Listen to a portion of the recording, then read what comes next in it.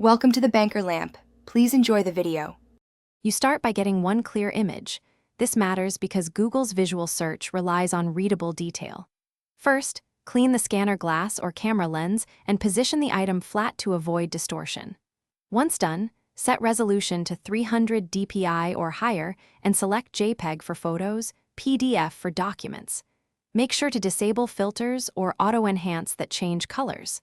Now scan or photograph, keeping the file name short and descriptive so you can find it later. After scanning, you fine-tune the image so search matches what matters.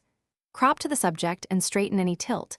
Adjust exposure or contrast sparingly because heavy edits can confuse matching. Save both original and edited files.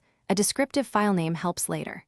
Next, open Google Images or Lens on desktop or mobile, click the camera icon or upload image. Choose the edited file and wait.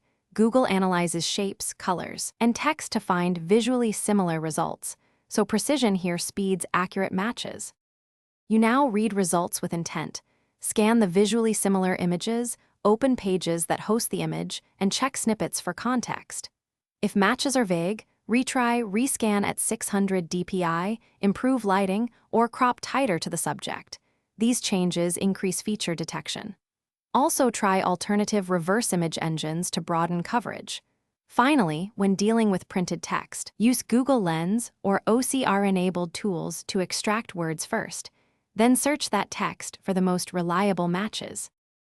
Thanks for watching. If this was helpful, leave a like and consider subscribing. See you next time.